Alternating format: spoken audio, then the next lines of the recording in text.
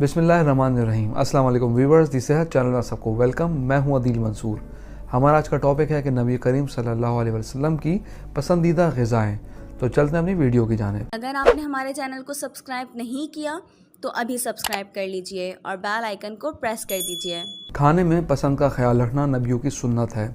इस बात से इनकार नहीं किया जा सकता कि हमें अपनी रोज़मर्रा की ग़िज़ा में सभी चीज़ों का इस्तेमाल करना चाहिए। खाने की किसी भी चीज़ को देकर नापसंदीदगी का इज़हार नहीं करना चाहिए, लेकिन अपनी पसंद की चीज़ों को नज़रअंदाज भी नहीं करना चाहिए। इनकी दो इक़साम हैं, एक इल्म दीन और दूसरा इल्म जिस्म, यानी अपने जिस्म में मौजूद जो चीज़ डालते हैं इससे आगाह होना ज़रूरी है कि इसके हमारे जिस्म को क्या फ़वाइद मिल रहे हैं। आपकी सेहत का दारोमदार आपकी ग़िज़ा पर है, इसलिए हमेशा खाने से पहले इसकी ग़िज़ायत और इसकी हिफादियत दोनों को मद्देनज़र ज़रूर रखिए। आप सल्लल्लाहु अलैहि वसल्लम हर चीज़ सब्र और शुक्र के साथ खाते थे, लेकिन कुछ ग़िज़ाएँ ऐसी थीं जिनको वो खाना मरगूब रखते थे। तो सबसे पहले है खजूर। खजूर आप सल्लल्लाहु अलैहि वसल्लम की पसंदीदा तरीन ग़िज़ा थी। खास तौर पर अजवा खाना आपको बेहद मरगूब थी। आप सल्लल्लाहु अलैहि वसल्लम फरमाया कि जो शख्स रोज़ाना 7 अजवा खजूर इस्तेमाल करेगा, इस दिन वो जादू और जहर के असरा से महफूज रहेगा। सही बुखारी। आप सल्लल्लाहु अलैहि वसल्लम शहद पिया करते थे और अपनी उम्मत को भी इसकी ताकीद करते थे। शहद की अहमियत से कौन इनकार कर सकता है। इस ग़िज़ा का जिक्र कुरान पाक में आया है। शहद को कई बीमारियों की दवा कहा जाता है, इसलिए इसे अपने ग़िज़ा में ज़रूर शामिल कीजिए। नंबर 3 है सत्तू।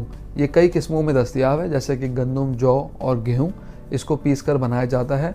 कुछ लोग इसमें नमक भी शामिल कर सकते हैं। चने के सत्तू को स्नैक्स के तौर पर भी इस्तेमाल किया जाता है, क्योंकि इसमें फ़ाइबर बहुत ज़्यादा होता है, इसलिए भूख का एहसास जल्द नहीं होता। अरब में आबो हवा के मुताबिक सत्तू ठंडक देता है, ये जिस्म की गर्मी को भी दूर करता है। इसमें प्रोटीन की वाफिर मकदार पाई जाती है। नंबर 4 है दूध। ये एक मुकम्मल ग़िज़ा है, क्योंकि इसमें तमाम ज़रूरी न्यूट्रिशंस पाए जाते हैं जिसकी हमारे जिस्म को ज़रूरत होती है। ख़ास तौर पर इसमें पाए जाने वाला कैल्शियम हमारी हड्डियों और दांतों की सेहत के लिए बहुत मुफीद है। आप सल्लल्लाहु अलैहि वसल्लम ने फरमाया, दूध तुम्हारे दिल की हरारत को इस तरह मिटाता है जिस तरह तुम अपनी भवों का पसीना साफ़ करते हो। ये दिमाग को मजबूत करता है और याददाश्त को तेज़ करता है। नंबर 5 है सिरका। आप सल्लल्लाहु अलैहि वसल्लम जैतून के साथ सिरका पसंद फरमाते थे। सिरके में कई बीमारियों से शिफा मौजूद है, क्योंकि ये हमारे जिस्म पर बेशुमार अच्छे असरात मुरतब करता है। नंबर 6 है गोश्त। आप सल्लल्लाहु अलैहि वसल्लम गोश्त खाना पसंद करते थे। ख़ास तौर पे पीठ के हिस्से का गोश्त आप सल्लल्लाहु अलैहि वसल्लम को पसंद था। गोश्त जिस्म को मजबूत और तवाना करने में मदद देता है। इसमें प्रोटीन, आयरन, जिंक, सेलेनियम और फाइबर की भरपूर मिकदार मौजूद होती है। इसे हड्डियों, दांतों, जिस्म के टिश्यूज़ बनाने के लिए मुफीद माना जाता है। नंबर 8 है कद्दू। यूँ तो सभी सब्जियां मुफीद हैं, लेकिन आप सल्लल्लाहु अलैहि वसल्लम को कद्दू सबसे ज़्यादा पसंद था, इसलिए ऐसे अफराद जो वज़न कम करना चाहते हैं इनके लिए बेहतरीन है। व्यूअर्स, हम उम्मीद करते हैं आज की वीडियो आपको पसंद आई होगी।